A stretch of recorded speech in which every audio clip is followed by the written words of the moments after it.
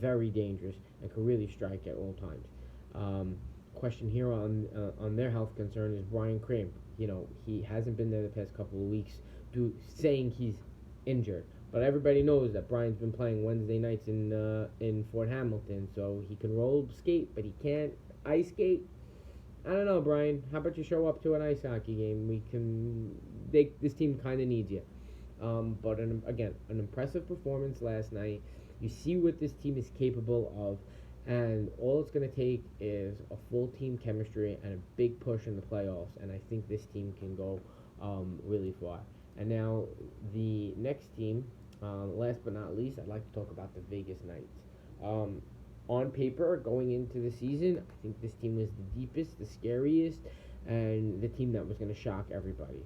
But again, they have yet to show up with a full team. Arya Bort's missing the last 2 weeks. Jeffrey hasn't been there the last week. They had one bad loss week 2 against the Oilers, but week 3 they lost a 4-2 really, really close game to the Wild.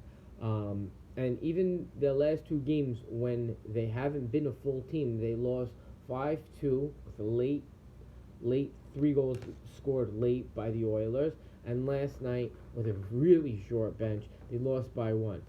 If Phil Dweck can get his entire roster to show up, again, this team can be very deep. I think the teams are so fair that when teams are missing one part to their team, it will really sway the advantage towards the other team, and you saw that last night when the Knights were missing 2 of their big-time scorers. So now, if guys can't commit to show up, will there be a trade?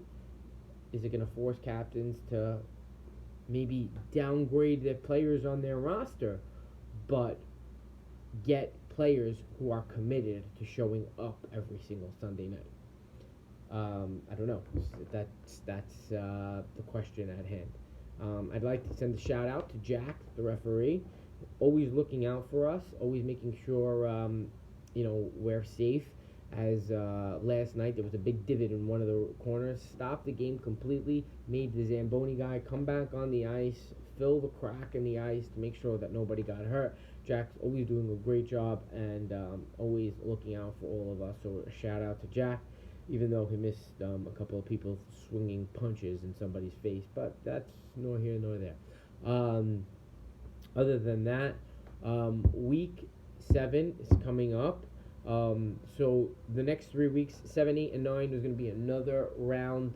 As we've played, everybody's going to play everybody, and then in week 10, we're going to have a position week where the number 1 seed is going to be playing the number 2 seed, and the number 3 seed will be playing the number 4 seed, which will cause, which is great.